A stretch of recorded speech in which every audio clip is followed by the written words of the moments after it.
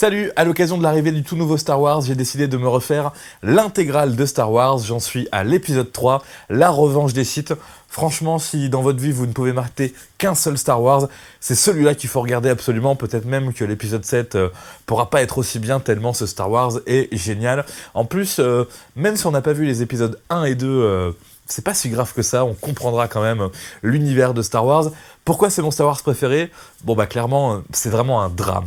C'est un drame dramatique au sens du terme, c'est très très triste à certains moments. Cela dit, ça commence plutôt bien avec une mission avec Anakin et Obi-Wan Kenobi qui vont aller libérer le chancelier Palpatine, que j'aime pas trop évidemment, ça se voit d'ailleurs dès le début du film, il est suspect celui-là. Bref, ils vont sur un vaisseau récupérer le chancelier Palpatine, ça se bat bien, c'est drôle, c'est bien fait, le vaisseau est en détresse et Anakin va réussir à le poser d'une manière magnifique. Super scène d'intro de ce Star Wars, vraiment, on rigole, on a des beaux combats, on se met très très bien. Ensuite, si je peux faire 2-3 petits reproches au film, il y a quelques scènes, notamment entre Anakin et Padmé, qui sont un petit peu soap opéra, on se croirait dans la telenovelas, quand ils sont tous les deux dans leur bel appartement avec la belle vue, et qui s'engueulent un petit peu, qui savent plus quoi se dire. Là, c'est un petit peu les feux de l'amour, mais c'est vraiment quelques rares scènes dans le film. Ensuite, ce qui va se passer, je vais pas parler du scénario de ce film-là, en gros, ça explique le retournement de Anakin Skywalker vers le côté obscur. Mais donc, à un moment, Anakin... va basculer du côté obscur. Ce qu'on peut reprocher aussi, c'est que le basculement se fait extrêmement rapidement. Alors, d'accord, on n'allait pas faire 4 films pour expliquer comment il arrive à devenir un Dark du côté obscur, Anakin, mais c'est vrai que ça se fait vraiment en une fraction de seconde, et on se dit, mais pourquoi Anakin ?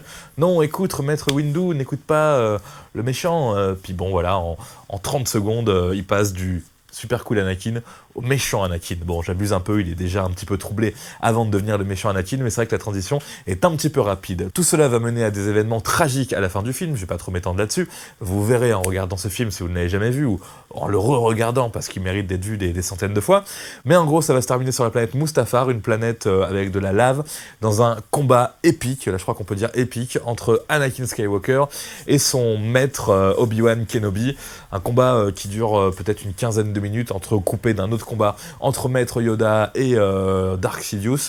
Vraiment, les deux combats sont cool, mais surtout le combat entre Anakin et Obi-Wan sur la planète Mustafar, avec la lave presque bien faite, hein. Il y a des trucs un peu limites, notamment des éruptions volcaniques qui ont été mis en arrière-plan, qui sont toujours la même en gros, hein. On repère vite que c'est une image qui est rajoutée derrière, mais le combat est formidable, ça termine au sabre laser, sur des drones, sur la lave, et ça se termine, bon je vous dis pas comment, vous verrez bien, fin très émouvante, avec un retour de Padmé sur la planète Naboo, mais bon, vous verrez, quoi. Je vais pas vous en dire plus. La Revanche des Sith. Si vous n'avez jamais regardé Star Wars, si Star Wars, ça vous parle pas, à la limite, regardez celui-là si vous n'avez pas trop de temps à perdre là-dedans, plutôt que de regarder les deux d'avant et les 3 d'après. La Revanche des Sith, c'est vraiment, pour moi, le meilleur Star Wars.